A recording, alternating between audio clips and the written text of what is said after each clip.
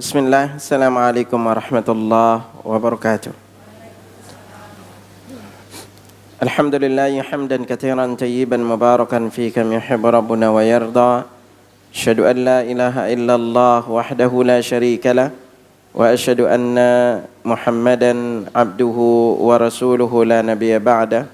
Allahumma salli wa sallim ala nabiyyina Muhammad sallallahu alaihi wasallam. Alhamdulillah, Allah Subhanahu wa taala senantiasa memberikan kita nikmat kesehatan, memanjangkan usia kita sampai kita berada di bulan penuh yang barakah ini.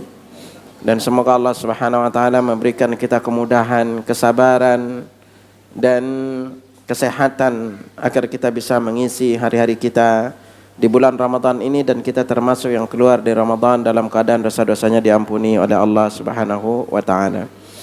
Jamaah rahimakumullah, kali ini kita akan kupas tema terkait dengan orang yang berpuasa itu doanya makbul. Jamaah sekalian, di bab doa, maka puasa itu memiliki ikatan yang sangat kuat terkait dengan doa terkabul. Dan ikatan paling nyata itu jika kita membuka amalan-amalan yang disunnahkan oleh Rasulullah sallallahu alaihi wasallam untuk banyak kita lakukan di bulan Ramadan, maka jamaah kembali buka surat Al-Baqarah ayat 183 sampai 187. Di sini ada 4 amalan paling penting yang kita disuruh perintahkan untuk lakukan. Yang pertama itu adalah puasa. Jelas karena ini hukumnya adalah apa hukum puasanya? Wajib. Sementara amalan yang paling Allah cintai kita mendekatkan diri kepadanya adalah apapun yang Allah wajibkan kepada kita. Mulai dari salatnya, zakatnya, lalu berikutnya puasanya, hajinya. Ini yang wajibnya. Amalan yang kedua yang kita diperintahkan paling banyak lakukan di bulan Ramadan adalah baca Al-Quran. Karena Al-Quran itu diturunkan di bulan Ramadan. Maka dari itu jamaah perbanyaklah membaca Al-Quran. Nah, amalan ketiganya, ini yang unik jamaah sekalian. Apa itu? Allah letakkan bab doa di dalam kaitannya dengan puasa. Surat Al-Baqarah 186-nya. Allah berfirman, "Wa idza sa'alaka 'ibadi 'anni fa inni qarib." Apabila hambaku bertanya kepada Muhammad tentangku, katakan sesungguhnya aku itu dekat. Ujibu da'watad da'i idza da'an. Aku mengijabah doa setiap yang berdoa. Falyastajibu li. Hendaklah dia memenuhi panggilanku wal yu'minu bi, dan beriman kepadaku la'allam yarsyudun. Semoga mereka senantiasa berada di dalam petunjuk, ya. Nah, kita akan kupas di titik ini. Apa kaitan puasa dengan terijabahnya doa kita? Ya. Nah, di sini jamaah sekalian, makanya berbicara di bab doa terkait dengan dikabulkannya doa kita, juga secara khusus terkait dengan Ramadannya, ya. Di antara salah satu keistimewaan Ramadan terkait dengan bab doa, maka sungguh Ramadan ini adalah di antara waktu doa kita itu makbul. Ya. Waktunya. Kapan waktunya doa kita makbul? Nah, ini menjadi titik tolaknya yang akan kita singgung agar jamaah ngerti, dan mumpung kita masih, ini kita udah puasa 15 hari kan? Oh, belum gitu. Baru berapa? Baru 13 ya. Sebentar lagi mau Lebaran gitu. Nah, kaitannya dengan doa dikabulkan di bulan Ramadan, yang pertama itu adalah terkait dengan Ramadannya sendiri, ya. Nabi tegaskan kepada kita, innalillahi fi kulli yaumin itqa minan nar. Jadi Allah itu diantaranya itu membebaskan setiap hamba itu dari api neraka setiap hari di bulan Ramadan, ya. Wa inna likulli muslimin da'watun yad'u biha fayastajibu lah. Dan seorang muslim itu punya doa yang jika dia berdoa di bulan Ramadan, doanya diijabah. Ini istimewanya di bulan Ramadan ini. Itu. Nah, lalu kaitan kedua nanti akan kita gabungkan jadi sebuah pembahasan. Itu. Salah satunya apa? Terkait dengan kita yang sedang berpuasa.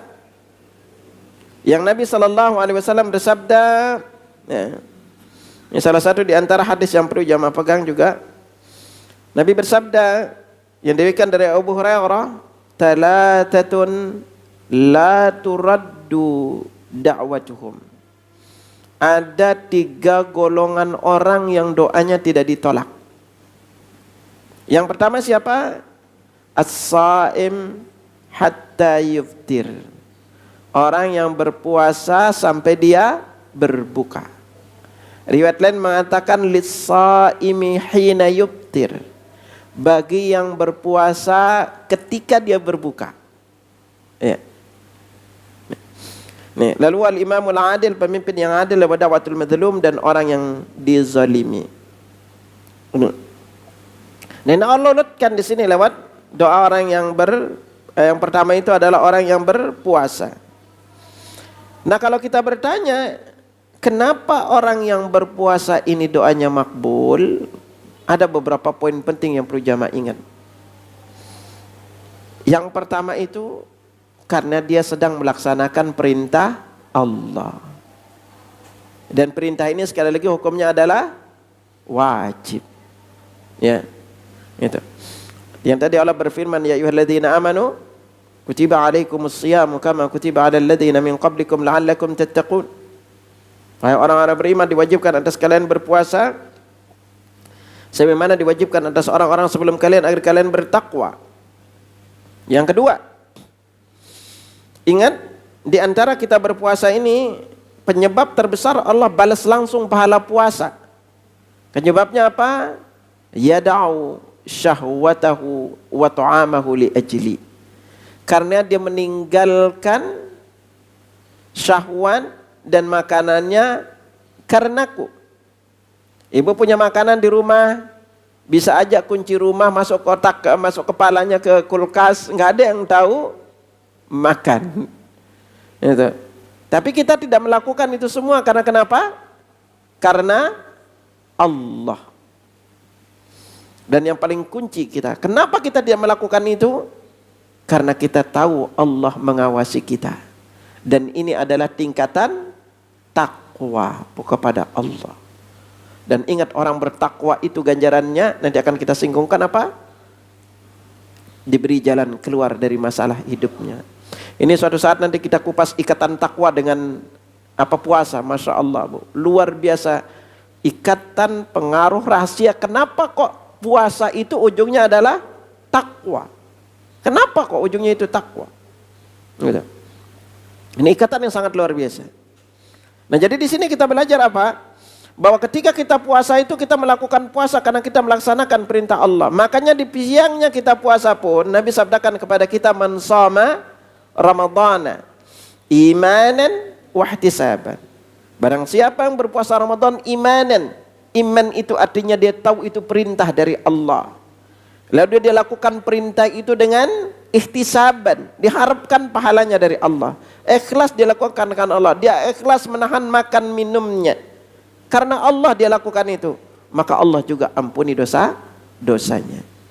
Nah, apalagi ditambah kita salat di malam Lailatul Qadar, apalagi nanti di malam Lailatul Qadarnya belum salat tarawihnya.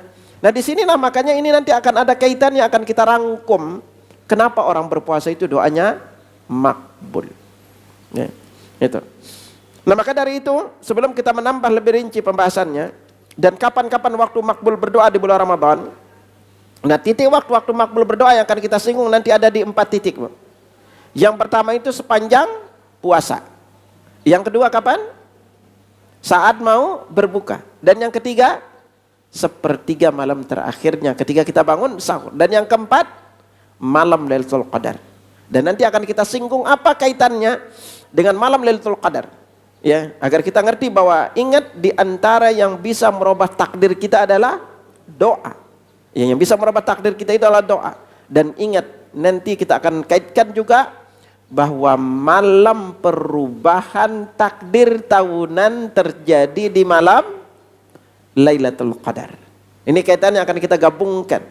Itu pembahasannya. Nah, maka dari itu jamaah sekalian, langkah pertama agar kepingin doa kita makbul. Kalau kita udah tahu bahwa orang berpuasa doanya makbul, maka anak sangat anjurkan kepada setiap kita yang muslim,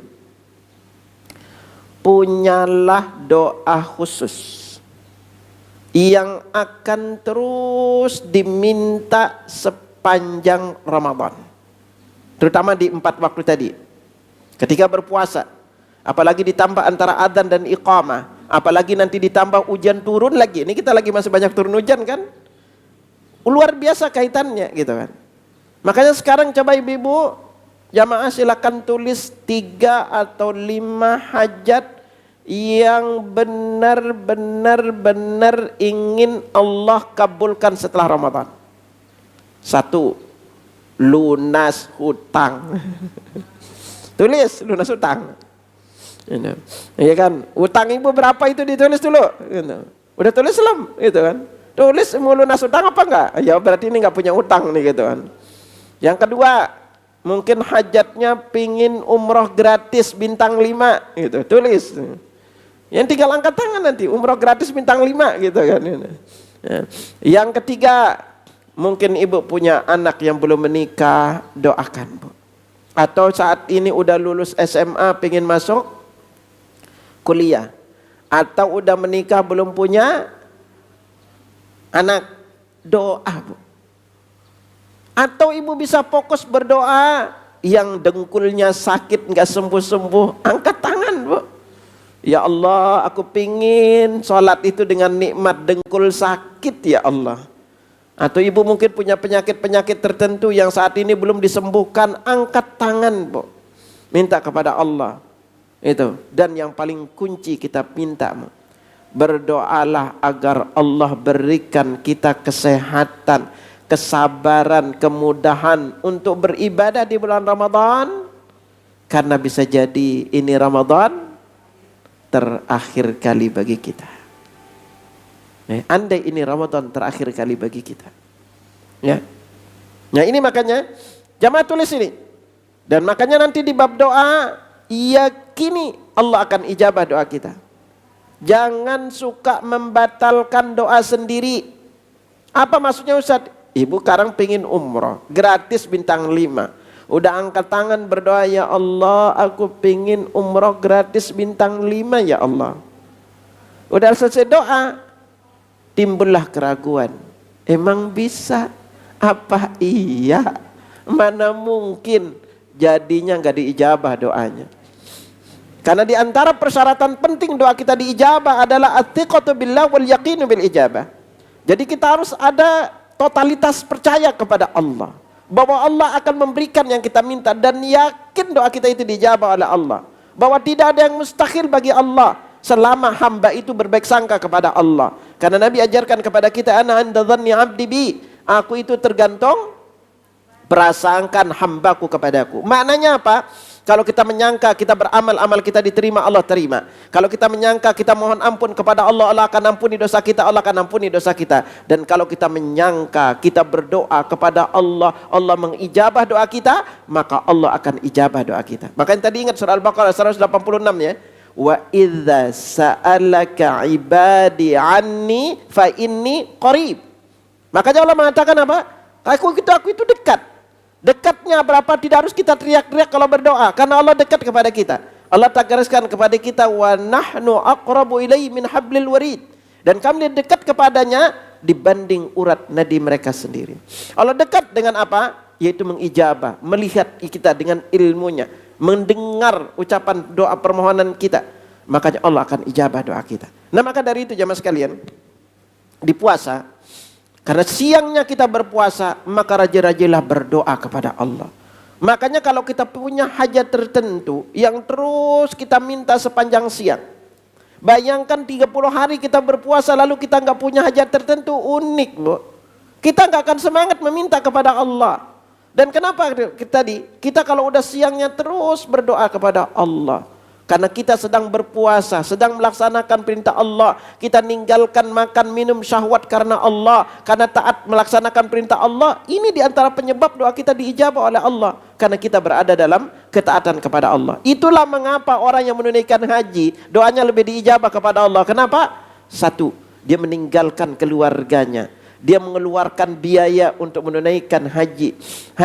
Ya, lalu di sana dia fokus ibadah kepada Allah. Di mana dia berada di tempat-tempat yang makbul doa, entah itu di Arafah, lalu di Muzdalifah, atau ketika dia berada di Mina, atau ketika dia berdoa di Safa dan Marwah. Dia sedang dalam ibadah dan dia berada di waktu-waktu doa tempat ijabah, sementara kita sedang melaksanakan perintah Allah, dan di siang harinya kita juga berada di dalam waktu-waktu yang diijabah oleh Allah. Kalau di haji itu ada tempat-tempat ijabah makbul doa, sementara di puasa bagi yang berpuasa sepanjang siangnya doa kita diijabah. Makanya kalau ibu perhatikan, Ramadan dengan haji itu posisinya berdekatan. Satu masih dalam satu rangkaian rentetan berdekatan. Karena kenapa? Kita udah beribadah totalitas kepada Allah, hati kita bersih, lalu kita menunaikan haji dalam kondisi kepingin juga beribadah kepada Allah, maka ini menjadikan hati kita itu lebih bersih dan bisa ibadah kita lebih diterima oleh Allah Subhanahu wa taala. Maka dari itu, jemaah sekalian, fokuskan berdoa di sepanjang siang Ramadan. Jangan sampai enggak minta. Ingat juga kita berada di antara adzan dan iqamah. Waktu adzan dan iqamah doa kita juga makbul. Karena Nabi sallallahu alaihi wasallam bersabda, "Ad-du'a bainal adzani wal iqamati la turad." Doa antara adzan dan iqamah itu tidak ditolak. Jangan sampai kita enggak meminta kepada Allah di masa ini. Itu. Nah, lalu sepanjang siangnya tadi, ketika kita mau berbuka, sempatkan juga diri ketika kita mau berbuka untuk berdoa kepada Allah. Dan yang paling kunci, yang akan banyak kita singgung adalah terkait dengan malam Lailatul Qadar dan juga sepertiga malam terakhir. Ingat jemaah sekalian, di antara waktu makbul berdoa adalah di sepertiga malam terakhir. Karena Nabi SAW bersabda, "Yanzilu Rabbuna tabaraka wa ta'ala kulla lailatin ila as-sama'id dunya hina baqa thuluthul lailil akhir." Rabb kita tabaraka wa ta'ala turun ke langit dunia ketika tinggal sepertiga malam terakhir, lalu kemudian menyeru, kemudian menyeru, "May yad'uni fa astajib lah." Siapa yang berdoa kepadaku, aku ijabah. Wa may yas'aluni fa u'tiyah. Siapa yang meminta, aku beri. Wa may yastaghfiruni fa aghfiralah. Dan barang siapa yang mohon ampun, aku ampuni. Yang pertama disebut itu suruh berdoa.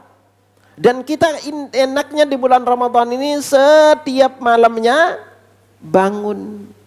Di luar bulan Ramadan boro-boro. Ya, untuk bangun sepertiga malam terakhir di bulan Ramadan bukan perkara gampang. Sementara ini kita bangun niatnya untuk ibadah. Makanya kepada para jamaah, kalau kita memiliki hajat tertentu yang akan terus kita minta, enak kita udah punya jadwal yang akan yang kita minta. Makanya usahakan setiap kali bangun sebelum sahur, angkat tangan berdoa. Apalagi kalau jamaah baca doa ini ketika bangun tidur, dijamin doanya makbul. Kalaupun kita sholat tahajud misalnya di luar bulan Ramadan, dijamin sholatnya itu diterima juga. Ibu-ibu kalau pakai doa tidur, pakai yang bangun tidur pakai yang mana? Yang panjang apa yang pendek? Tuh bingung, gak pernah baca Ustaz doa bangun tidur. Pakai yang mana biasanya? Alhamdulillahilladzi ahyana ba'dama amatana wa ilaihi nusyur. Boleh pakai ini, tapi coba pakai satu doa ini. Kalau pakai doa ini, berdoa ketika bangun, walaupun belum sholat tahajud, doanya dikabulkan. Kalau sholatnya dipastikan diterima. Nabi SAW bersabda, riwayatkan Ubadah bin Samit, "Man ta'arra minal laili faqal." Siapa saja yang bangun di malam hari. Ibu dengar sekali doa ini jamin apal. Ibu dengar sekali dipastikan apal. Ya. Doa ini. Ya, apa doanya? Kemudian dia membaca, "La ilaha illallah wahdahu la syarikalah lahul mulku wa lahul hamdu wa huwa ala kulli syai'in qadir." Apal apa enggak? Hafal kan? Itu. Nah, ada tambahan dikitnya. Apa? Alhamdulillah wa subhanallah wa la ilaha illallah wallahu akbar wa la haula wa la quwata illa billah. Tambahin dengan kalimat apa? Allahumma ghfirli. Kalau kita baca doa ini kata itu mad'a, kemudian dia berdoa apa saja, ustujibalah, doanya diijabah. Fa in tawadda'a wa shalla, apabila dia wudu kemudian salat, qubilat salatuhu, salatnya diterima. Jadi kalau jamaah itu salat tahajud enggak baca doa ini, enggak ada jaminan salatnya diterima. Tetapi kalau baca doa ini dipastikan diterima. Maka dari itu angkat tangan berdoa. Doanya mana? Yang tadi yang udah ditulis. Makanya penting punya doa khususnya. Apapun yang benar-benar pengen Allah kabulkan, minta kembali di waktu ini. Ya kan? Nah ini istimewanya di sepertiga malam terakhir. Selesai itu baru kita melakukan sunnah-sunnah Nabi untuk kita makan sahur. Ya. Sunnahnya kita dianjurkan makan sahur. Jangan berkata, Ustaz saya mampu, nggak sahur Ustaz, nggak boleh. Nabi SAW bersabda, as-suhuru akluhu barakatun. Makan sahur itu makanan barakah. Fala tada'uhu, jangan kalian tinggalkan walau an yajra ahadukum jur'atan min ma'. Walaupun salah seorang dari kalian itu minum seteguk air. Fa innallaha malaikatahu yusalluna 'alal mutasahhirin. Karena sesungguhnya Allah dan para malaikatnya itu bersolawat untuk orang yang makan sahur. Bahkan Nabi sabdakan faslu ma baina siyamina wa siyami ahli kitab alqatus sahar. Pembeda antara puasa kita dan ahli kitab itu adalah makan sahur. Dan sebaik-baik makan sahur adalah kurma. Nabi katakan ni'ma sahur min at-tamar. Sebaik-baik makan sahurnya orang mukmin itu kurma. Ibu cukup enggak kalau pakai kurma doang? Kita perut nasi enggak cukup pakai itu. Itu enggak cobain. Tapi makan sahur lah. Nah selesai itu tinggal kita bersiap untuk wudu. Ya, untuk salat, wudu lalu salat subuh. Lalu kaitan kedua yang paling kuat itu jemaah sekalian adalah ini. Yang akan banyak kita singgung adalah kaitan antara doa dan takdir. Ya. Doa dan takdir memiliki ikatan yang kuat. Di antaranya apa? Bahwa yang bisa menolak takdir adalah doa.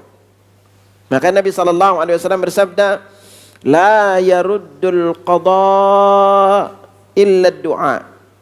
Tidak ada yang bisa menolak takdir kecuali doa.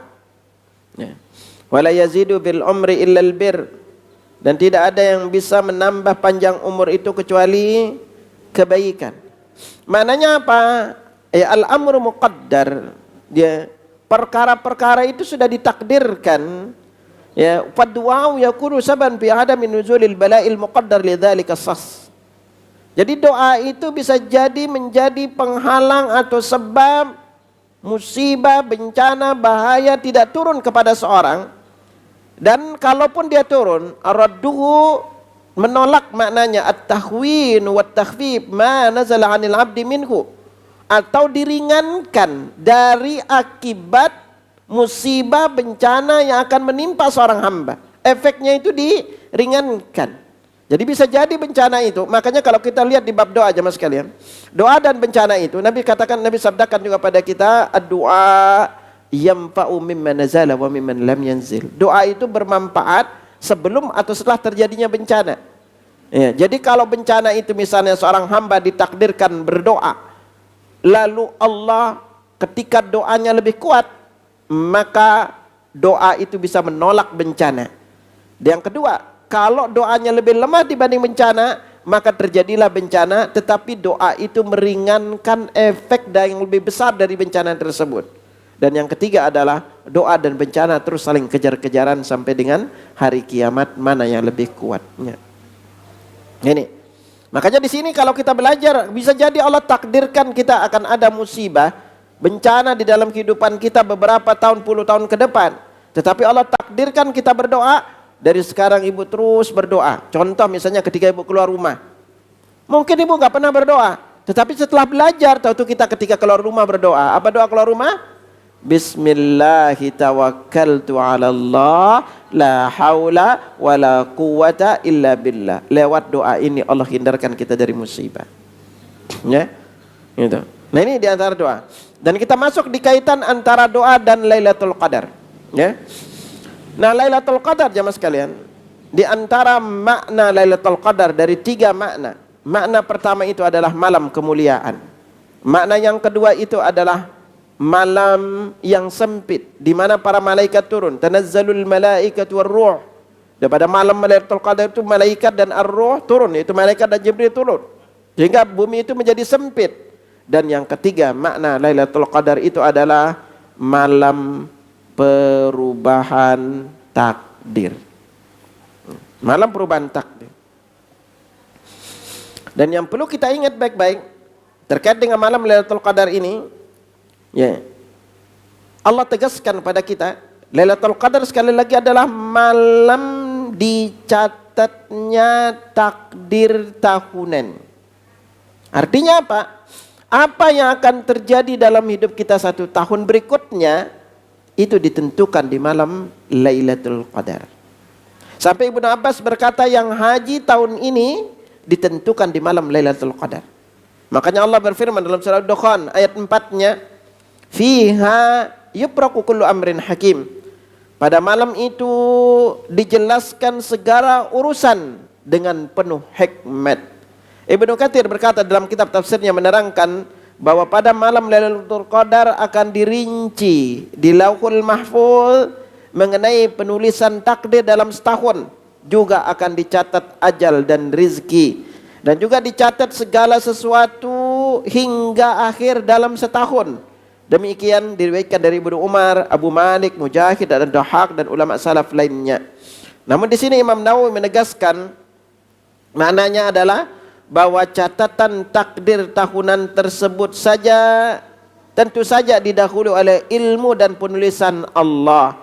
Takdir ini nanti akan ditampakkan pada malaikat dan akan mengetahui yang akan terjadi, lalu ia akan melakukan tugas yang diperintahkan untuknya. Nah, berarti apa? Kalau kita sebagai muslim terus berdoa selama 1 tahun ini, di bulan Ramadan ini, ibu terus meminta kepada Allah, bisa jadi di malam Lailatul Qadar itu ditentukan ini yang kita dapatkan. Kalau ibu tidak minta, ya mungkin akan berjalan seperti biasanya. Dan ingat, di antara waktu doa makbul adalah di malam Lailatul Qadar. Di sepertiga malam terakhir tadi, Nabi juga sabdakan kepada kita, pernah ditanya, ayu doa ya asma, kapankah doa yang paling dikenal? Apa jawab Nabi? Jawfal lailil akhir, penghujung malam terakhir. Dan di penghujung malam terakhir ini kita berada dekat dengan Allah itu di 3 tempat, Bu. Yang pertama itu ketika sujud, kita berada posisi paling dekat dengan Allah. Dan juga di sepertiga malam terakhir, Allah yang mendekat kepada hamba. Maka Nabi sabdakan pada kita, aqrub ma yakunur rabbu minal abdi fi jawfil lailil akhir. Sedekat-dekat Rabb dengan hambanya adalah di penghujung malam terakhir. Kalau di waktu sujud, Nabi sabdakan, aqrubu ma yakunul abdu mir rabbihi wa huwa sajidun. Sedekat-dekat seorang hamba dengan Rabbnya adalah ketika dia sujud. Ya, ini kaitannya. Nah, makanya karena malam Lailatul Qadarnya adalah malam makbul kita berdoa, makanya kita disyariatkan untuk beribadah. Terus aja berdoa di malam-malam Lailatul Qadarnya agar Allah ubah takdir kita 1 tahun berikutnya. Ini di antara hikmah penting yang perlu diingat oleh setiap muslim, agar dia itu mau untuk mengisi malam-malamnya, agar ketika malam itu Allah hapus dosa-dosa kita, terutama dari sisi dosa kita. Makanya di malam Lailatul Qadar doa kita bunyi apa? Allahumma innaka afuwun tuhibbul afwa fa'fu anni. Ya Allah, sesungguhnya Engkau Maha Pemaaf. Kenapa tidak dikatakan ya Allah sesungguhnya Engkau Maha Pengampun di malam Lailatul Qadar? Apa perbedaan antara al-afu dan al-ghufran? Jadi kalau al-ghufran, penghapusan dosa-dosa kita, pengampunan dosa kita diampuni, tapi catatan dosanya masih ada. Ibu udah mohon ampun, tapi dulu itu pernah di waktu SMA makan 5 gorengan bilangnya 3 itu masih tertulis tuh, Bu.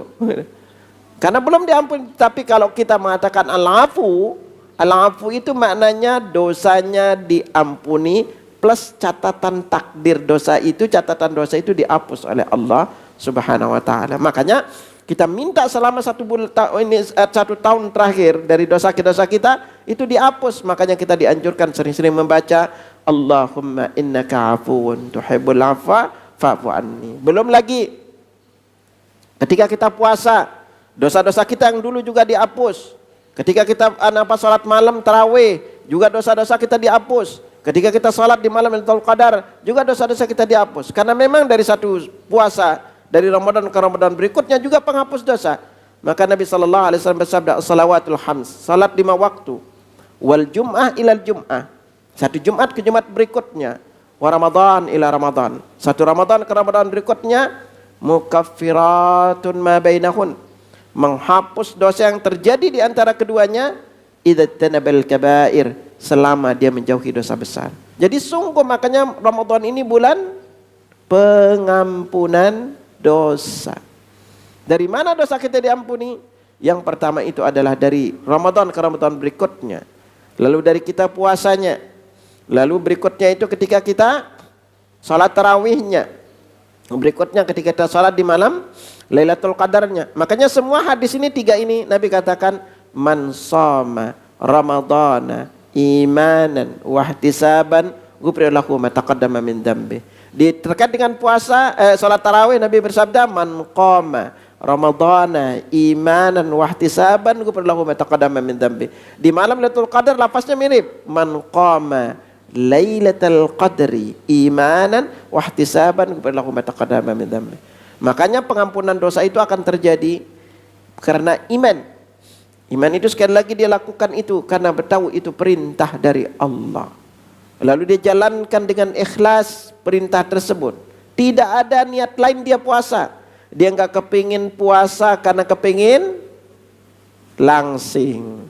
Dia enggak kepingin puasa karena kepingin gula darahnya turun normal. Atau kepingin kulitnya jadi lebih glowing gitu kan. Bukan itu tujuannya. Maka dia lakukan karena ikhtisaban, hanya mengharapkan ganjarannya dari Allah. Maka disinilah titik terjadi penghapusan dosa-dosa yang dulunya. Nah makanya kita sebagai muslim fokuskan untuk terus meminta kepada Allah. Apapun hajat ibu di bulan Ramadan ini, fokus aja terus berdoa kepada Allah. Makanya sekali lagi sangat penting untuk setiap muslim untuk memfokuskan doanya. Kita yang belum pernah umrah, angkat tangan. Apalagi kepada para jamaah yang tahun ini berhaji, maka fokus berdoa kepada Allah agar diberikan kesehatan, kemudahan, ya, selama menunaikan ibadah haji. Makanya inilah diantaranya kenapa kita diminta agar Allah ubah takdir tahunan kita dan berlanjut apa yang kita hajatkan Allah kabulkan setelah Ramadan. Ya. Nah takdir itu jamaah sekalian, berbicara di bab takdir, maka di antara salah satu bentuk keimanan kita kepada takdir, ya, ada 4 prinsip dasar keimanan kepada takdir. Prinsip yang pertama adalah mengimani bahwa Allah mengetahui dengan ilmunya yang azali dan abadi tentang segala sesuatu yang terjadi, baik yang kecil maupun yang besar, yang nyata maupun yang tersembunyi, baik perbuatan yang dilakukan oleh Allah ataupun perbuatan yang makhluknya, semua berada dalam pengilmuan Allah. Ya. Jadi Allah tahu semuanya. Ya. Yang berikutnya adalah kita harus mengimani telah menulis di dalam Lauhul Mahfuz secara takdir segala sesuatu sampai hari kiamat. Tidak ada satupun yang terjadi maupun yang belum terjadi kecuali telah tercatat. Sampai ibu-ibu posisi duduknya juga udah dicatat oleh Allah. Siapa yang nyender, siapa yang selonjoran gitu kan. Itu semuanya juga udah dicatat oleh Allah. Dan makanya Anda sering ingetin pada jamaah juga, bedain antara rezeki dan pendapatan. Rezeki itu sudah pasti. Pendapatan berbeda-beda. Dan pendapatan belum tentu rezeki kita. Manakah rezeki kita? Nabi katakan, ma'akala fa'afna, yang dia makan habis. Wa ma labisa fa'abla, yang dia pakai jadi usang. Dan yang sedekahkan terkumpul jadi amalnya. Yang di rekening ibu, apa rezeki ibu? Apa rezeki ibu? Belum tentu. Orang ibu aja kadang-kadang sering ibu beli gorengan kan? Udah keluar, udah semangat beli gorengan, tertarik, tahu-tahu sampai rumah Allah takdirkan nggak tertarik, atau di waktu perjalanan tahu-tahu dikasih ke orang lain, padahal yang beli siapa? Kita. Maka itu tandanya bukan rezeki kita, berarti itu kita sebagai perantara rezeki orang lain. Ya kan? Makanya jangan sampai kita mencari rezeki dengan jalan yang haram sampai korupsi atau lainnya. Karena apa? Belum tentu rezeki kita. Betapa banyak orang punya mobil banyak, yang dipakai berapa? Satu. Emang setiap jalan langsung pakai dua? Nggak mungkin. Punya tuh ibu mak punya berlemari segambreng tuh di lemari punya bajunya. Yang dipakai berapa? Itu bisa jadi ibu udah semangat pilih baju seharian, milih baju dari ujung toko ke ujung toko, udah beli baju. Udah beli baju, Bu. Lalu apa? Ditaruhlah di lemari. Allah takdirkan ibu lupa sama tuh baju. Ternyata apa? Dicari-cari ketemu di lemari udah sebulan. Pas mau pakai,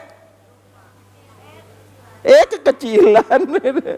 Itu tandanya bukan rezeki kita. Kalau rezeki kita itu pasti akan kita dapatkan. Bahkan Nabi sabdakan kepada kita, innar rizqa la yatlubul abdu aktaru mimma yatlubu ajaluhu. Rezeki itu ngejar seorang hamba lebih bersungguh-sungguh dibanding ajalnya. Jadi perlu diingat, prinsipnya adalah bahwa kita meninggal dunia karena rezeki kita sudah habis. Jadi kita gak akan pernah bisa meninggal dunia kecuali rezeki kita itu habis, Bu. Jadi rezeki kita itu di depan, Bu. Ini habis, ajal datang. Kalau bukan ajal bukan ajalnya datang, dia akan tetap masih rezekinya akan pasti dapetin dimanapun. Walaupun sampai dia berada di dalam ikan pun Allah kasih dia rezeki. Ya. Nah ini agar kita ngerti bedain antara rezeki dengan pendapatan dan harta. Kalau rezeki pasti cukup, yang seringkali nggak cukup untuk gaya hidup. Benar gak? Rezeki kita itu pasti cukup. Tolong diingat nih, rezeki pasti cukup. Yang nggak cukup karena gaya hidup. Ya, ibu gak punya duit, ladahin tangan aja, pasti ada yang ngasih. Karena itu rezeki ibu. Ya kan?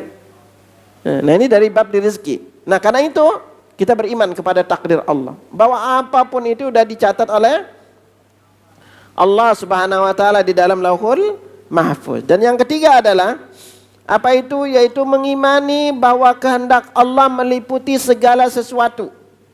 Baik yang terjadi maupun yang tidak terjadi. Baik perkara yang kecil maupun yang besar. Baik yang tampak maupun yang tidak tampak. Ada yang langit dan bumi, baik yang ada di langit maupun di bumi, semuanya terjadi atas kehendak Allah semata. Baik itu perbuatan hamba maupun perbuatan makhluknya. Jadi kalau Allah menghendakinya pasti terjadi. Tetapi kalau Allah tidak menghendakinya, tidak akan terjadi. Kita punya kehendak. Ibu mungkin punya suami, berharap disayang suami, setiap hari diucapin kata-kata gombal, pret, itu belum tentu.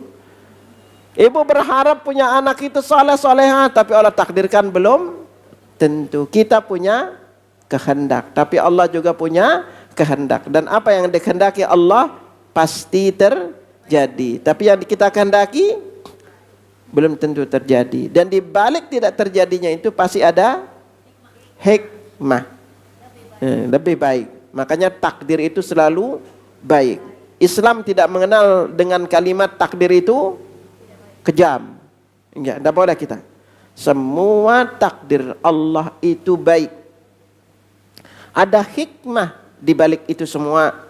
Yang merasakan jelek itu cuma kita, Bu. Ya, Allah itu tidak sama sekali tidak berbuat jelek, dan tidak ada sekali lagi namanya takdir itu kejam. Semua baik. Contoh, ibu di usia tua dikasih dengkul sakit. Kalau di usia tua masih tetap sehat, ngelayap, Bu.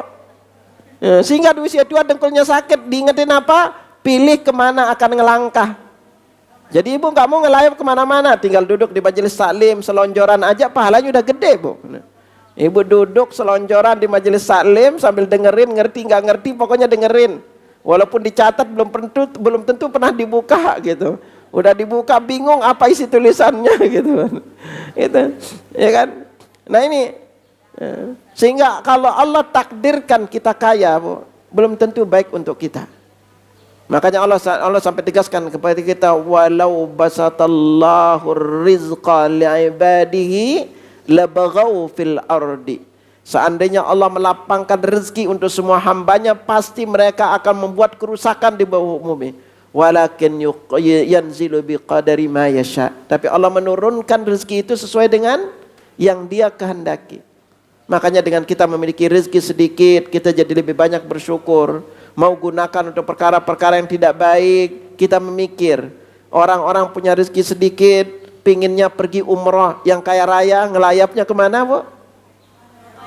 Eropa, umrah urusan sekian. Ibu, kita punya rezeki sedikit, ada rezeki terkumpul, pinginnya kemana? Umrah. Kalau enggak kita pingin sedekah. Kalau ibu kaya raya, maaf Bu, saya enggak jamin ibu duduk taklim. Serius, Bu. Gitu. Makanya kita seringkali dekat sama Allah kalau lagi ada masalah. Oh, kalau lagi ada masalah, duit sedikit, khusyuk doanya gitu kan. Gitu. Kalau lagi kaya raya, bisa jadi ibu lupa sama Allah karena dapat rezekinya gampang banget, akhirnya berbuat maksiat juga gampang. Lihat, Bu, orang-orang kaya korupsi karena punya banyak duit, bayar pengacara, yang penting seolah-olah dia nggak salah. Ya kan? Belum berbuat maksiat, belum seenaknya aturan dia langgar sendiri. Kita marah dan taat. Yang bayar ini, yang miskin-miskin bayar pajak taat, yang kaya belum tentu, Bu. Gitu kan? Ya. Nah ini, makanya kita ketika dapat rezeki sedikit yang barokah, pingin lakukan di dalam kebaikan. Tas ibu, kalau ibu kaya, jamin gak mungkin beli tas murah. Ya, ini ibu tasnya berapa ratus juta nih? Nggak ada kan? Kita mikir untuk beli tas mahal-mahal, dibanding beli tas mahal-mahal, apalagi yang udah usia, mending gunakan sedekah. Lihat, ya Allah, beli tas 1 miliar, isinya apa itu tas, Bu, gitu kan? Gitu. Sampai 1 miliar gitu kan? Itu sama aja kan, duduk naruh gitu kan? Ya, beli emas banyak-banyak gitu. Ibu kalau kaya pakai emas palsu aja orang bilang pakai emas asli gitu kan? Yang miskin pakai emas asli pun dibilang palsu. Nah ini, makanya di bab takdir ini kita harus punya keyakinan bahwa segala sesuatu yang Allah takdirkan itu adalah baik untuk kita.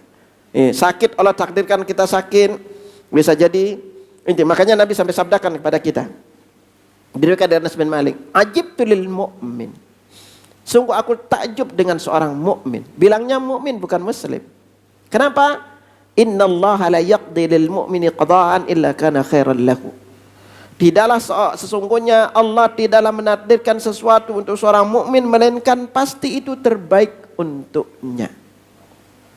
Makanya ibu sekalian, ibu catat kalimat ini.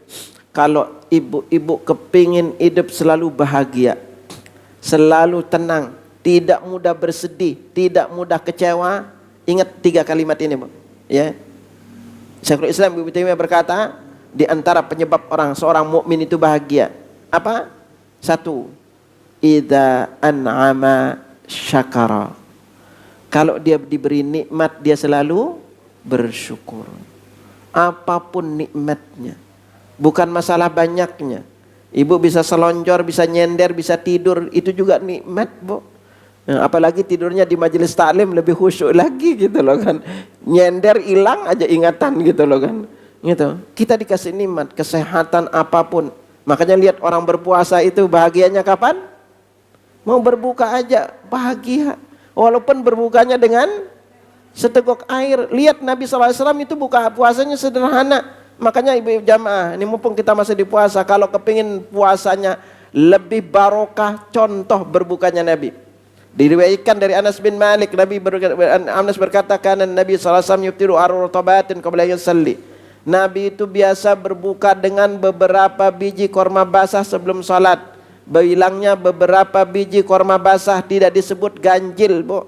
Makanya bab berbuka itu tidak ada riwayat ganjil. Beberapa korma basah.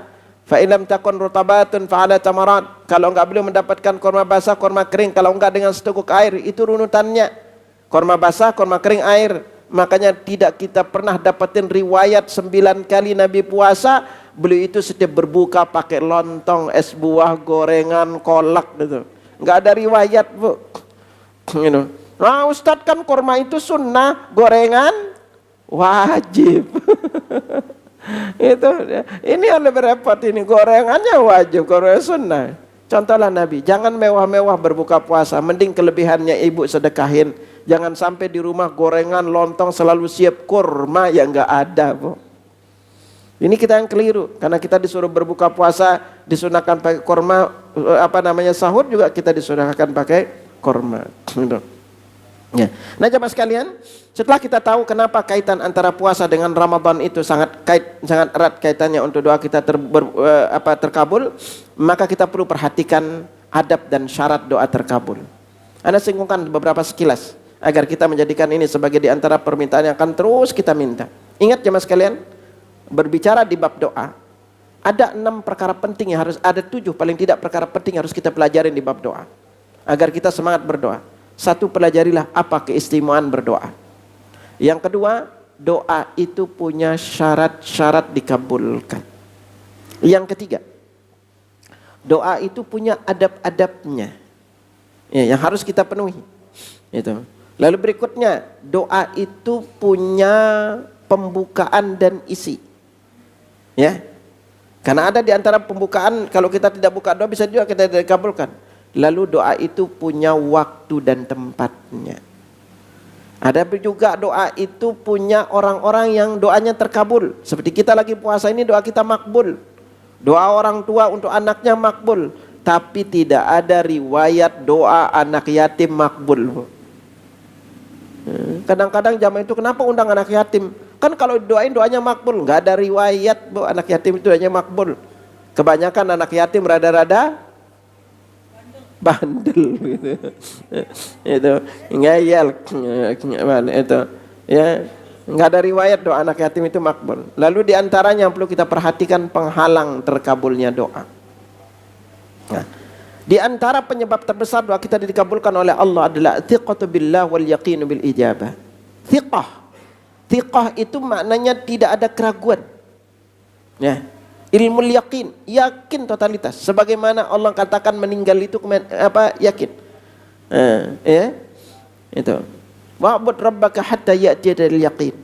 Sembahlah Tuhanmu sampai maut menjemputmu. Makanya Allah mengatakan kata yakin itu dengan maut itu maknanya adalah yakin kematian. Semua kita ini yakin akan mati. Tapi waktunya tidak tahu. Ada yang bisa sakit bertahun-tahun nggak mati-mati. Anak kecil tahu-tahu mati. Nah, keyakinan kita ini nih. Itu. Makanya di antara bentuk kita yakin kita kepada Allah adalah kalau kita yakin uang yang ada di tangan kita dibanding apa rezeki yang ada di sisi Allah, kita lebih yakin yang di tangan kita, itu di antara bentuk kesyirikan. Jadi kita harus totalitas yakin kita kepada Allah. Dan yakin doa kita diijabah oleh Allah. Makanya kalau sampai ibu-ibu berdoa, itu sampai ragu, doanya nggak diijabah oleh Allah. Nah, kita diajarkan ud'ullah wa antum muqinuna bil ijabah. Berdoalah kalian kepada Allah dengan totalitas penuh keyakinan doa kalian diijabah oleh Allah. Nah, maka aneh ingetin di bab doa, jangan suka bertanya bagaimana. Apalagi suka batalin doa sendiri. Ya. Makanya maaf Bu ya, saya sering ketemu dengan jamaah yang kalau dia punya anak atau kesulitan punya anak, Anda sering nanya, itu, Ustadz gimana ya caranya biar lebih cepat punya anak? Yang pertama Anda balik tanya, udah nikah berapa lama? Kalau nikahnya udah 7-10 tahun, harapan punya anaknya berapa persen? Masih mengecil. Coba kalau dia baru menikah, harapannya berapa persen? Besar. Nah ini makanya hati-hati keraguan ini, gitu, yang menjadikan doa kita tidak dijabah oleh Allah. Nah, lalu berikutnya jemaah sekalian, di antara poin pentingnya pembukaan doa. Kalau kita tidak membuka doa dengan yang Nabi contohkan kepada kita, bisa jadi doa kita tidak diijabah oleh Allah. Seperti apa pembukaan doa yang diijabah? Ada beberapa pembukaan doa yang dengannya doa kita diijabah oleh Allah. Salah satunya adalah kita menggunakan Asma'ullahil Husna, nama-nama Allah yang indah. Ya. Lalu berikutnya, jadi polanya itu agar jamaah pelajari, untuk doa kita diijabah oleh Allah, memiliki pola yang pertama itu gunakan nama Allah yang indah, atau bahasa kita itu pujian kepada Allah. Jadi modelnya jamaah perhatikan ada 3. Pertama itu pujian kepada Allah, lalu setelahnya salawat, baru doa.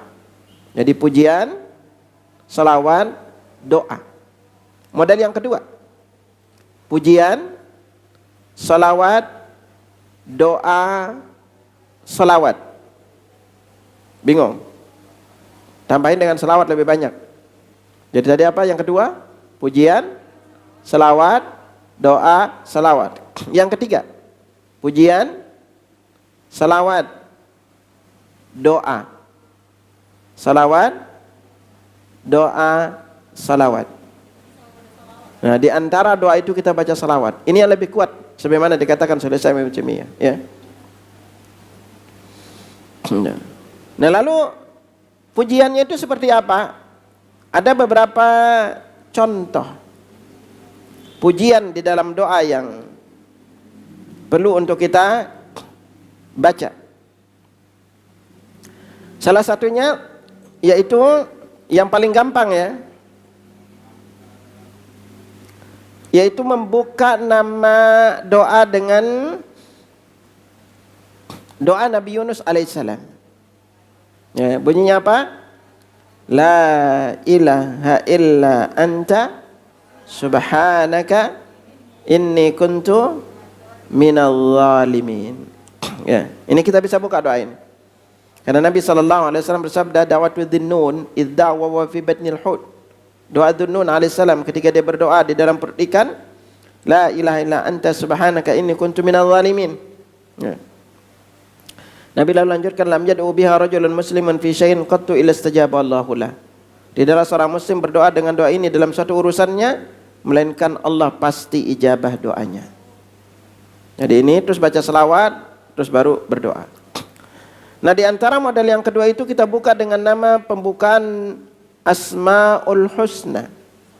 Nah, di antara bunyi salah satu pembukaan doa makbul dengan Asma'ul Husna, bunyinya adalah, ini sebagaimana diriwayatkan dari Burairah bin Hasib, dia berkata Rasulullah SAW pernah mendengar seorang yang berdoa, kemudian dia membaca doa, Allahumma inni as'aluka bi anni ashhadu annaka antallah la ilaha illa antal ahadus samad alladzi lam yalid wa lam yulad wa lam yakul lahu kufuwan ahad. Karena dia membuka doa dengan doa ini, Nabi kemudian bersabda, walladzi nafsi biyadihi, demi jiwaku yang ada di tangannya, laqad sa'allahu bismil azam, sungguh dia telah meminta kepada Allah dengan nama-namanya yang paling agung, alladzi idza du'iya bihi ajaba. Kalau dia berdoa menggunakan doa nama tersebut atau menyebut dengan nama tersebut, maka doanya diijabah. Wa idza su'ila bihi a'ta, dan kalau dia meminta kepada Allah dengan menyebut nama itu, maka dia akan memberi. Diriwayatkan oleh Imam Ahmad, Abu Daud dan At-Tirmidzi. Ya. Ini doanya yang bisa kita baca. Nah, ini paling tidak di antara pembukaan yang gampang, dan jamaah juga bisa mengulang-ulang. Di antara doa yang bisa kita baca adalah lafaz ya dzal jalali wal ikram. Karena Nabi secara khusus bersabda alidzu maknanya adalah dawam alaihi wa aktsara minku. Terus dan perbanyak membaca. Ya dzal jalali wal ikram. Ini Ibu bisa ulang-ulang. Kemudian bacalah salawat kepada Nabi. Salawat kepada Nabi, salawat mana yang kita baca? Maka bacalah selawat yang dicontohkan Nabi. Ya, di antaranya apa? Yaitu selawat yang Nabi riwayatkan dari Ka'ab bin Ujrah, diriwayatkan oleh Bukhari dan Muslim. Yang panjang ini selawat yang paling sahih, Ka'ab bin Ujrah pernah bertanya, "Ya Rasulullah, inna na'lamu kaifa nusallim alaik." Wahai Rasulullah, kami tahu cara kami mengucapkan salam kepadamu. Wa kaifa nusalli alaik. Lalu gimana cara kami membaca salawat kepadamu? Kemudian Nabi bersabda, "Qulu, ucapkanlah, Allahumma salli ala Muhammad wa ala ali Muhammad kama sallaita ala Ibrahim wa ala ali Ibrahim innaka Hamidum Majid. Allahumma barik ala Muhammad wa ala ali Muhammad kama barakta ala Ibrahim wa ala ali Ibrahim innaka Hamidum Majid." Atau kita pakai salawat yang paling pendek. Dari kalimat Imam Tabrani bunyinya, Allahumma salli wa sallim ala nabiyyina Muhammad. Jadi Allahumma salli wa sallim ala nabiyyina Muhammad. Nah, bagi jamaah yang kepingin tahu lafaz-lafaz salawat ini, coba buka aplikasi apa doanya ya. Nah, di aplikasi apa doanya, nanti silahkan buka di bagian bawah. Itu lafaz-lafaz salawat yang bisa kita baca kepada Nabi sallallahu alaihi wasallam. Dan waktu salawat yang paling afdal adalah terutama pada hari Jumat. Dan istighfar, waktu istighfar yang paling afdal adalah sepertiga malam terakhirnya. Nah ini, lalu setelah itu berdoa apapun hajatnya yang kita minta ya. Salah satu doa jemaah sekalian yang mungkin jarang kita baca, agar Allah berikan kita takdir terbaik. Ini doa ini disebut dengan nama jawami'ud doa, doa yang komplit. Ini diriwayatkan dari Ummul Mukminin Aisyah radhiyallahu anha. Rasulullah SAW itu pernah berdoa. Doanya bunyinya, Allahumma inni as'aluka minal khairi kulli ajilihi wa ajilihi ma alimtu minhu wa ma lam a'lam wa a'udzu bika minasy syarri kulli ajilihi wa ajilihi ma alimtu minhu wa ma lam a'lam. Allahumma inni as'aluka min khairi ma sa'alaka 'abduka wa nabiyyuk wa a'udzu bika min syarri ma 'adza bihi 'abduka wa nabiyyuk. Allahumma inni as'alukal jannah wa ma qarraba ilaiha min qaulin aw amalin wa a'udzu bika minan nar wa ma qarraba ilaiha min qaulin aw amalin. Di ujung doanya bunyinya, wa as'aluka an taj'ala kulla qada'in qadaitahu li khaira, yang artinya, dan aku memohon kepadamu semua takdir yang engkau tentukan atau takdirkan untukku terbaik atau baik untukku. Jamaah bisa baca. Ini doa sebenarnya bisa dibaca sebelum salam. Ya. Atau kalau enggak, kita rutin membaca doa-doanya, bahwa ingat secara umum bahwa doa-doa itu juga merubah takdir. Makanya jamaah kalau mampir di suatu tempat baru, jangan bilang, Mbah permisi numpang lewat. Maka Nabi ajarkan kepada kita, man nazala manzilan, siapa saja yang mampir di suatu tempat tertentu kemudian dia membaca a'udzu bikalimatillahi tammati min syarri ma khalaq. Kalau dia baca ini, maka dia akan terhindar dari segala macam bentuk gangguan di tempat tersebut sampai dia meninggalkan tempat tersebut. Nah ini jamaah sekalian, sekali lagi, karena nggak bosan-bosan mengingatkan, dari sekarang fokuskan terus berdoa apapun hajat kita. Mau minta kesehatan, mau ingin lunas utangnya, mau ingin dimudahkan umrah, atau kita yang belum daftar haji, berdoa agar Allah berikan daftar haji. Pakai mintanya daftar haji yang plus, Bu, jangan yang reguler. Minta aja yang plus. Apapun hajat ibu, maka jangan pernah bosan meminta kepada Allah. Gantungkan hati kita kepada Allah, kaitkan hati kita kepada Allah. Maka lewat Ramadan, dengan kita melaksanakan perintah Allah di tengah kita sedang beribadah, inilah di antara penyebab doa orang berpuasa itu dikabulkan oleh Allah Subhanahu wa ta'ala. Wallahu a'lam bissawab. Ada ditanyain? Silahkan. Ada?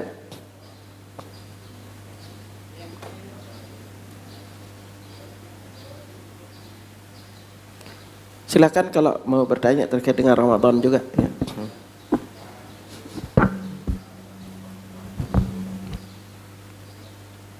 Enggak ada? Dari yang lain enggak ada?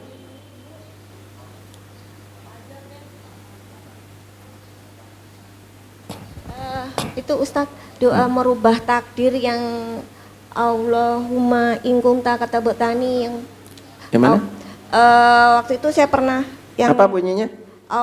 Dari Ustadz Hanan Ataki. Terus apa itu, bunyinya? Allahumma in kunta kata Betani min ahli sakawah famhini waktu bani min ahli sa'adah gitu. Wallahu alam, Bu. Lapas doa ini dari banyak doa, ana belum secara khusus dia itu dari Nabi. Oh gitu. Ya, jadi kalau mungkin gubahan sendiri silahkan mungkin. Tetapi kalau dari lafaz doa Nabi, ana belum ketemu tuh. Oh, itu katanya Ya, doa itu. dari sahabat. Nah itu, makanya berarti bukan doa yang Nabi ajarkan. Ya, Nabi Umi sekarang makanya kalau belajar terus dari doa yang Nabi ajarkan, mending kalau anak anjurin baca doa yang Nabi ajarkan. Ya mungkin kita punya utang, lalu kepingin doa yang paling abdal Nabi ajarkan kepada kita, ada 6, ada kurang lebih 8 doa, Bu, yang doa yang paling sering Nabi minta. Ya, yang pertama nih adalah Rabbana atina, Bu. Dalam riwayat Anas bin Malik, kana aktaru du'ain Nabi, doa yang paling banyak Nabi baca Rabbana atina fid dunya hasanah wa fil akhirati hasanah wa qina adzabannar. Doa kedua yang paling banyak Nabi apa baca? Ya muqallibal qulub, tsabbit qalbi ala dini. Ini beliau rutin membacanya. Dan beliau juga banyak berlindung dari hutang. Ya, yang beliau baca. Itu. Makanya kita bisa membaca, kalau ibu ada rasa sedih bisa membaca Allahumma inni a'udzubika minal hammi wal hazan wal ajzi wal kasal wal jubni wal bukhli wa ghalabatid daini wa qahrir rijal. Tapi ada pun doa yang paling afdal. Nabi sabdakan pada kita, ma min da'watin yad'u bihal abdu afdalu min. Tidak ada doa yang paling afdal hamba itu minta kecuali bunyinya apa? Allahumma inni as'alukal mu'afata fid dunya wal akhirah. Bahkan Nabi pernah mengajarkan sebuah doa kepada paman beliau, Abbas bin Abdul Muttalib. Abbas bin Abdul Muttalib ini datang kepada Nabi. Lalu Abbas berkata, ya Rasulullah, alimni du'aan ad'u bihi. Wahai Rasulullah, ajarkan doa yang dengannya aku berdoa atau meminta kepada Allah. Apa yang Nabi ajarkan? Nabi bersabda, salillahil afiyata fid dunya wal akhirah. Mintalah afiyah di dunia dan di akhirat. Ya. Lalu kata beliau ini apa namanya, Abbas bin Abdul Muttalib, maqattu ayyam, aku berlalulah beberapa hari. Aku datang lagi kepada Nabi. Ya, beliau datang lagi minta diajarin doa. Maka Nabi sampai bersabda, ya Abbas, ya ammi Rasulillah, wahai Abbas, wahai paman Rasulullah, salillahil afiyah fid dunya wal akhirah. Wahai Abbas, kata beliau, mintalah kepada Allah afiyah di dunia dan di akhirat. Kenapa mintanya itu disuruh hanya minta terkait dengan masalah afiyah? Karena Nabi lanjutkan dengan sabda beliau, fa inna ahadan lam yu'ta ba'dal yakin khairan minal afiyah. Karena seseorang itu tidaklah diberikan yang lebih utama setelah keyakinan selain afiyah. Afiyah ini sekalian, ini kalimat pendek yang mencakup makna luas. Afiyah di dunia dan akhirat. Afiyah di dunia itu apa? Yaitu kita selamat. Selamat dari berbagai macam musibah, bahaya, bencana. Kemungkinan kalau ibu pakai bahasa Indonesia panjang tuh doanya. Ya Allah, selamatkan aku dari musibah ini, ibu sebut musibahnya. Dari bahaya ini, ibu sebut bahayanya. Padahal dalam bahasa Arab cuma kalimatnya bilang afiyah. Ya, simpel. Lalu di akhirat apa? Kita diselamatkan dari pertanyaan malaikat mungkar dan nakir. Nanti diselamatkan ketika dibangkitkan menuju padang mahsyar, diselamatkan ketika amal kita ditampakkan, dan yang paling kunci kita diselamatkan sehingga masuk ke dalam surga. Itu intinya. Makanya ketika ibu berdoa untuk anak, ibu-ibu yang punya anak, sering doanya biasanya minta apa untuk anak-anak, Bu? Soleh, terus apa lagi? Sehat walafiat terus. Untuk anak apa? Rezeki lancar terus. Bahagia dunia akhirat. Apa lagi, Bu? Soleh. Udah tadi soleh udah. Terus apa lagi? Direto. Terus apa lagi? Banyak lah gitu kan. Sampai bingung. Padahal di dalam Al-Quran surah As-Saffat ada 100 anak suruh minta apa? Rabbi habli minas salih. Hanya suruh minta soleh. Kenapa soleh? Kenapa tidak disuruh sukses dunia akhirat, kaya raya, istri cantik lainnya? Ya Allah, Bu, kalau anaknya soleh dapat semuanya. Kalau dia soleh, anaknya bertakwa. Ingat janji Allah untuk orang bertakwa apa? Rezeki dari arah tidak disangkakan, dimudahkan urusannya. Jodoh, Bu, Allah sudah takdirkan at-thayyibat lit-thayyibin. Wanita laki-laki, wanita yang baik untuk laki-laki yang wanita yang baik untuk laki-laki yang baik. Udah ditentukan. Lalu selamat dunia akhirat. Udah pasti kalau orang soleh. Makanya jangan terlalu panjang doanya untuk anak, Bu. Ibu minta jodoh. Ya jodoh udah baik dikasih. Ini doa untuk anak panjang dideretin padahal kalimatnya simpel. Allah cuma nyuruh Rabbi habli minas salihin. Selesai, Bu. Ya, tetapi kita lebih asik berdoa dengan doa sendiri. Karena kalau pendek nggak khusyuk, Ustaz. Ya, pingin yang banyak dramanya. Cukup ibu fokus fokus berdoa anak saleh. Karena kalau dia saleh, Allah akan lancarkan rezekinya, berselamatkan di dunia akhirat. Allah sediakan untuknya itu jodoh yang baik. Itu jaminan kalau dia menjadi anak yang saleh dan salehah. Ya. Udah? Ada lagi? Ada lagi, Ustaz. Kalau yang biasa wanita kan setiap bulan halangan nih. Yeah. Di bulan Ramadan itu kita tetap aja terus minta doanya itu sama aja, Ustaz. Jadi wanita di saat datang di bulan Ramadan, maka kan yang dilarang itu hanya terbatas salat, puasa, hubungan suami istri. Di Ramadan dia masih tetap bisa sedekah. Pasti Allah lipat gandakan sedekahnya. Karena kenapa? Terkait dengan waktu. Ingat, komponen penting di bab berlipat ganda pahala sebuah kebaikan itu komponen waktu. Ibu tetap sedekah, bisa tetap berzikir kepada Allah, bisa tetap memberikan makan orang lain berbuka puasa. Ibu juga bisa baca Al-Quran dari dari HP atau misalnya yang tidak mushaf murni, yang ada terjemahannya, bisa tetap dibaca. Tetap aja dibaca ayatnya. Yang dilarang baca Quran itu hanya yang junub. Yang junub itu udah jelas. Tapi kalau haid masih terjadi perbedaan. Paling tidak kita bisa membaca dari hafalan. Jangan gara-gara nggak puasa lalu bebas tidur seenaknya. Mau bangun semana ya, ibu yang masih punya suami kan harus nyiapin sahur, buka puasa, harus disiapin. Banyak sisi kebaikan yang bisa dilakukan. Ibu tetap bisa berzikir, tetap bisa sedekah, zikir apapun yang kita baca di bulan Ramadan.